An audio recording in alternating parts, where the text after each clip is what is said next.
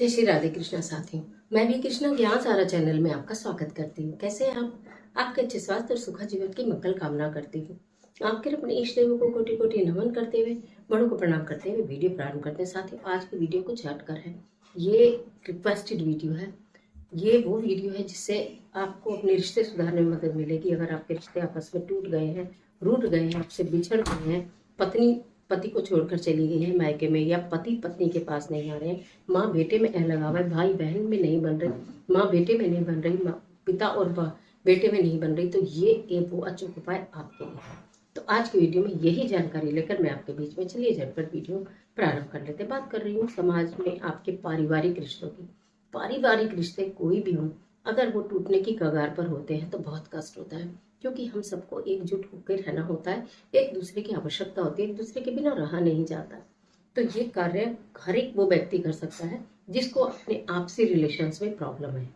पत्नी अगर चली गई, मायके नहीं आ रही, तो पति करे। पति अगर नहीं आ रहे हैं पास, तो पत्नी करे। बेटा अगर बात नहीं कर रहा तो माँ करे।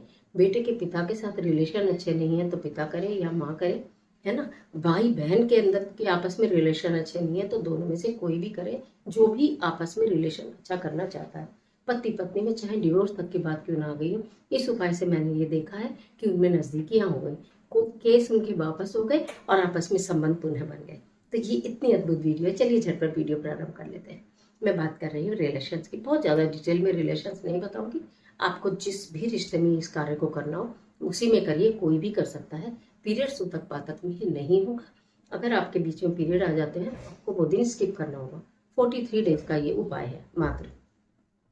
आपको 2 शहद की डिब्बी लेनी है। शीशी लीजिए, डिब्बी लीजिए 2 शहद की, ठीक है।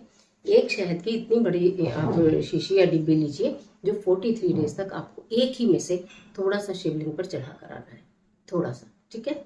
एक शीशी में थोड़ा सा आपको एक वाइट पेपर लेना है, रेड पेन से अपना नाम और जिसके साथ आपको रिलेशन अच्छा करना है उसका नाम लिखिए, उसको फोल्ड करिए। ओम नमः शिवाय शिवाय नमः, ओम नमः शिवाय शिवाय नमः करते हुए सोमवार के दिन आधे शहद में, आधा शहद, पूरी भरी हुई नहीं होगी, आधा शहद, पहले वो पर्चा रखिए जिसमें आपने नाम लिखा है, उसके ऊपर आधा शहद जो शीशी में है वो आप उसमें डाल दीजिए। आपकी कांच की वो शीशी तैयार हो गई। उसके बाद प्रतिदिन आपको शिवालय जाना है और थोड़ा सा शहद उसमें भगवान शिव के शिवलिंग पर अर्पित कर कर आना है। साथ ही साथ मनी मन क्या प्रार्थना करनी है कि हे भोलेनाथ शंभुदेव, एक संसार का कल्याण करने वाले महाराज, मेरे उसके साथ संबंध प्रगाढ़ हो जाए। इत्र शहद में मिलाना ना भूलें, उस डिब्बी में भी और इस डिब्बी में भी। इत्र आप गुलाब का, चंदन का, जो भी आपके पास हो कोई भी ले सकते हैं। थोड़ा सा इत्र उस शीशे में डाल देना या उस पेपर पर अच्छे से लगा देना, जहाँ दोनों के नाम लिखे हैं उस पेपर पर अच्छे से इत्र लगा देना, पेपर फोल्ड करके रख देना। और जो दूसरी शहद की डिब्बी है उसके अंदर आप इत्र डाल लेना, ऐसे ऐसे करके इत्र डाल के एक ही बारी छोड़ देना।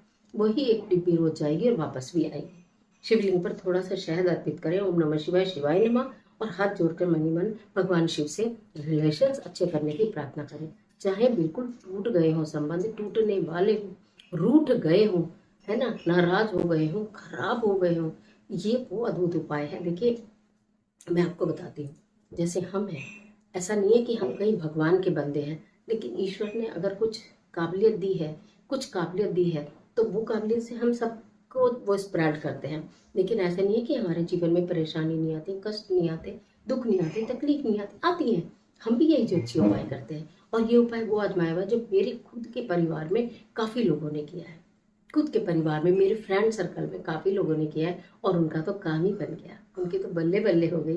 क्योंकि कई बार ऐसा होता है, पत्नी चाहती है कि पति लौट कर आ जाए, या पति ये चाहता है कि पत्नी लौट कर आ जाए, जिद पर अड़ी है, नहीं आ रही है। माता पिता चाहते हैं कि बच्चे लौट कर आ जाए, बेटी लौट कर आ जाए, बेटा लौट कर आ जाए, बच्चे नहीं आ रहे हैं, जिद पर अड़े हुए हैं, ठीक है। भाई और बहन आपस में रूठे हुए हैं।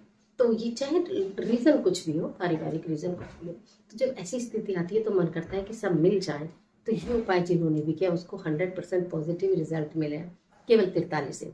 अब ये महिलाएं कैसे करें 43 दिन तक?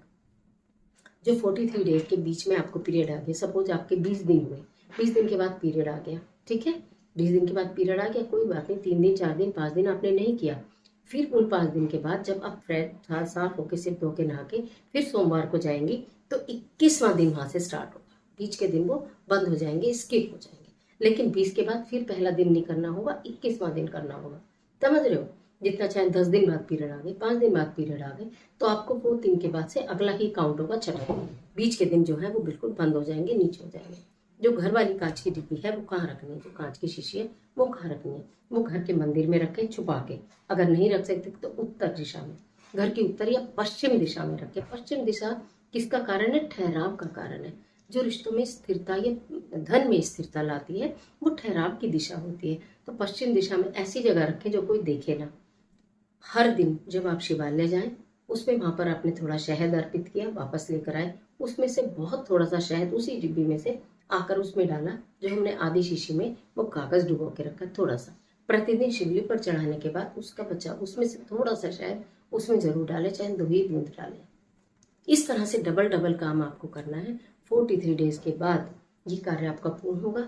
निश्चित आपके पास वापस कॉल आएगी। जो रूठ कर गया है, जो छूट गया है, जो नाराज हो गया है, जो परेशान हो गया है, जो रिश्ता तोड़ना चाहता है, वो आपको पलट के फोन करेगा कि रिश्ते को सुधार लेते हैं, बातचीत कर लेते हैं। उसका कॉल आना शुरू हो जाएगा, उसके मैसेज आएंगे या किसी के थ्रू उसका मैसेज आएगा कि वो व्यक्ति बात करना चाह रहा है। आप देखिएगा 43 डेज के बाद जब 43 दिन हो जाए, उसके बाद वो तो शीशी में जो शहद बचा होगा, वैसे 43 दिन में शिवलिंग पर अर्पित करने के बाद उसमें शहद बचता नहीं है, ठीक है। फिर भी बचे तो भी वो शहद उसी में डाल देना जिसमें आपने कागज की पर्ची बनाई थी नाम लिखकर। बचे तो उसमें भी डाल देना और उस शीशी को ले जाकर, जो शीशी आपने बनाई है, बेल वृक्ष के नीचे, बरगद वृक्ष के नीचे, कहीं भी आप रख देना। अगर कुछ ना मिले पीपल वृक्ष के नीचे रख देना, लेकिन बेल वृक्ष के नीचे रखेंगे तो बहुत उत्तम रहेगा। अगर आपको बेल वृक्ष के नीचे कहीं विशाल बेल वृक्ष है और उसके नीचे जगह मिल जाती है जिसमें आप उस शीशी को दबा सकते हैं, तो मैं आपको बस क्या ही बोलूं, बल्ले बल्ले हो जाएगी। तो उस शीशी को आपको 43 डेज के बाद दबा कर आ जाना। किसी भी दिन पूर्ण हो, सोमवार से शुरू कर 43 दिन में किसी भी दिन पूर्ण हो, उसी दिन इस कार्य को आप कर ले, करके देखिए। रिजल्ट इतने पॉजिटिव मिलेंगे कि आपको हैरान हो जाएंगे। आज के लिए इतना ही, इजाज़त दीजिए। मिलती हूँ और ज़बरदस्त वीडियो के साथ। तब तक अगर ये वीडियोस अच्छी लगती हैं तो इस चैनल को सब्सक्राइब करिएगा। पहली बार चैनल पर आए हैं तो ज़रूर सब्सक्राइब करिएगा, बेल आइकन का बटन प्रेस करिएगा, स्क्रॉल कर देखिएगा। हो सकता है कोई ना कोई वीडियो ऐसी मिले जो आपकी किस्मत बदल जाए, आपका भाग्य बदल जाए, आपका वक्त बदल जाए। और अगर अच्छी लगती है तो लाइक करना, फ्रेंड्स के साथ शेयर करना, कमेंट बॉक्स में माता लक्ष्मी के नाम का जयकारा जरूर लगाना, या ओम नमः शिवाय कुछ भी लिखना जरूर। ईश्वर